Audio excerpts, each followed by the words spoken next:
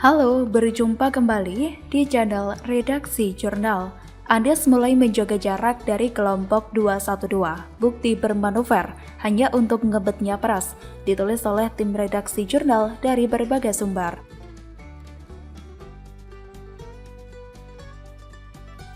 Gubernur DKI Jakarta Anies Baswedan dipastikan tak menghadiri acara reuni 212 yang dipusatkan di kawasan Patung Kuda, Jakarta Pusat pada Kamis 2 Desember 2021. Dilansir dari Kompas, Anies lebih memilih menghadiri acara penandatanganan perjanjian kredit pembiayaan bagi pelaku usaha mikro di Balai Agung Balai Kota DKI Jakarta. Ia terlihat hadir dalam acara yang diinisiasi Permodalan Nasional Madani atau PNM pukul 10:15 waktu Indonesia Barat pada Kamis, saat sebagian masa 212 sudah berkumpul di sekitar Patung Kuda. Ini adalah kedua kalinya secara berturut-turut Anies tak menghadiri acara yang digelar setiap tanggal 2 Desember itu. Anies juga tak hadir saat reuni 212 digelar secara virtual tahun lalu. Padahal pada reuni tahun-tahun sebelumnya, Anies selalu hadir di tengah-tengah kelompok massa yang telah mendukungnya pada Pilgub DKI Jakarta 2017 lalu.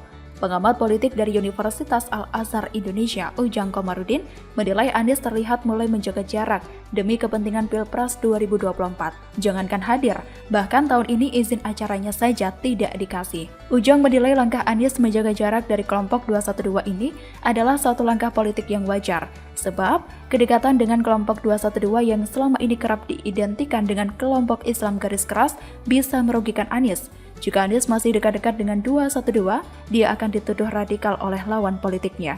Apalagi jumlah massa pendukung dan simpatisan gerakan 212 juga tidak signifikan untuk kancah politik nasional. Pada 2016 silam, Anies boleh jadi diuntungkan dengan gerakan kelompok itu yang menuntut Gubernur Petahana Basuki Cahayapurnama di penjara atas penistaan agama. Namun Ujang menilai lanskap politik nasional akan sangat berbeda. Oleh karena itu Anies terpaksa melupakan kelompok yang sudah berjasa membawanya ke kursi DKI 1. Analis politik UIN Syarif Hidayatullah Adi Prayitno menilai kedekatan Anies dengan kelompok Islam tertentu membuat elektabilitas mantan Menteri Pendidikan dan Kebudayaan itu stagnan. Anies tidak bisa melepaskan diri dari bayang-bayang kelompok Islam tertentu. Memang solid pendukungnya, tapi tidak bisa melebar kemanapun karena kelompok lain agak sulit untuk merapat. Wajah agamanya terlampau dominan. Oleh karena itu Adi menilai wajar juga belakangan Anies berupaya memoles dirinya agar terlihat pro keberagaman. Ini ditunjukkan Anies saat bertemu dengan Ketua Perwakilan Wilayah Nahdlatul Ulama Jawa Timur, Marzuki Mustamar. Adi menilai kunjungan itu merupakan hasil kalkulasi politik yang matang karena selama ini Anies dianggap hanya mewakili basis pemilihnya di Pilkada Jakarta 2017 yang syarat politik identitas. Berbeda dengan basis Nahdliyin atau warga NU yang selama ini memang punya tarikan mazhab yang agak beda dengan basis pemilih Anies.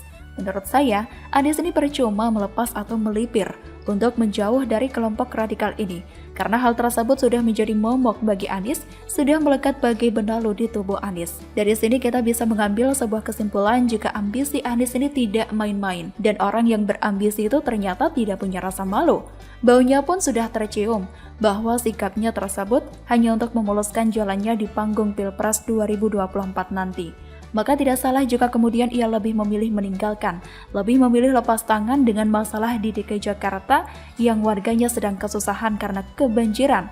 Dan Anies lebih memilih berusaha naikkan popularitas dan juga elektabilitasnya dengan manisnya kata-kata, kebohongan-kebohongan yang diumbar tanpa rasa malu sedikit pun. So, manuver Anies hanyalah sesaat menjadi kembang lambe, karena bagaimanapun masyarakat akan tetap memandang Anies didukung oleh kelompok-kelompok radikalis dan fundamentalis. Sedang upayanya mengambil jalan memutar dan seolah lepas dari kelompok itu cuma lip service. Bagaimana menurut Anda?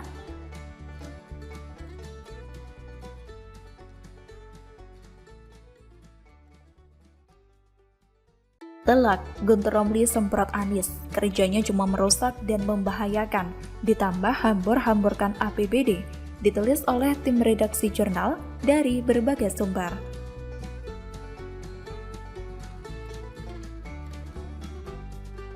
Halo, berjumpa kembali di channel Redaksi Jurnal. Politisi Partai Solidaritas Indonesia Muhammad Guntur Romli mengkritik keras kepada Gubernur DKI Jakarta Anies Baswedan. Dilansir dari Terkini, Guntur Romli menilai proyek tersebut hanya merusak dan membahayakan, serta menghambur-hamburkan anggaran daerah. Ia mengatakan ini sebagai respon terhadap berita soal deretan sumur resapan di Jalan Lebak Bulus 3 di Jakarta Selatan yang kini ditutupi oleh aspal.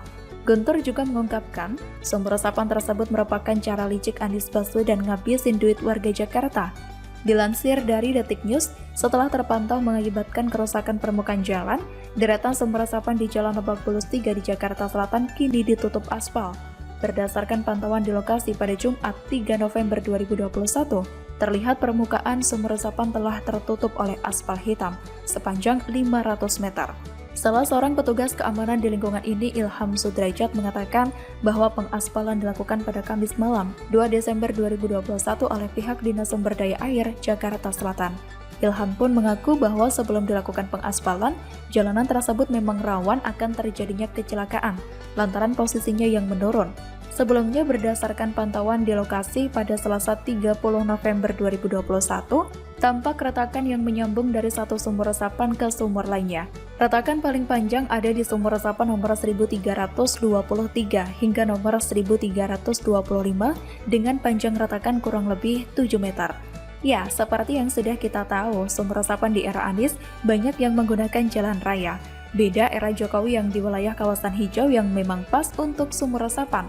Bahkan, sumur resapan tersebut beberapa ada yang bolong, diberi tanda pot bunga, karung, tanaman yang lain, dan lain sebagainya untuk tanda agar pengguna jalan tidak cilaka.